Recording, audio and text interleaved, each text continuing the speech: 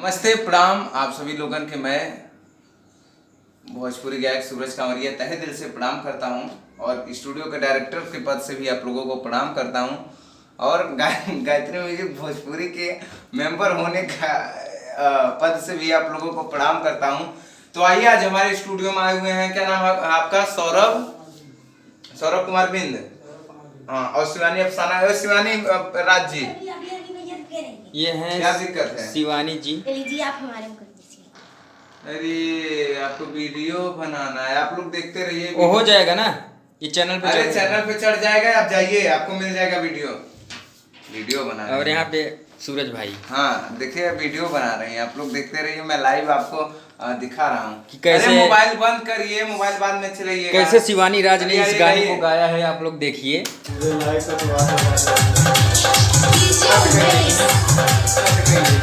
सुखीपुर बाजार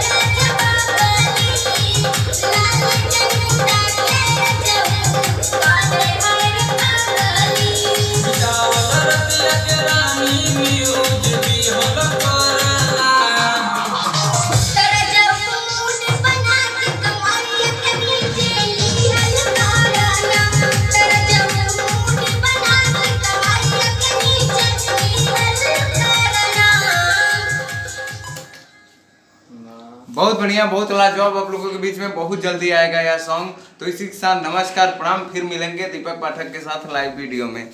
क्या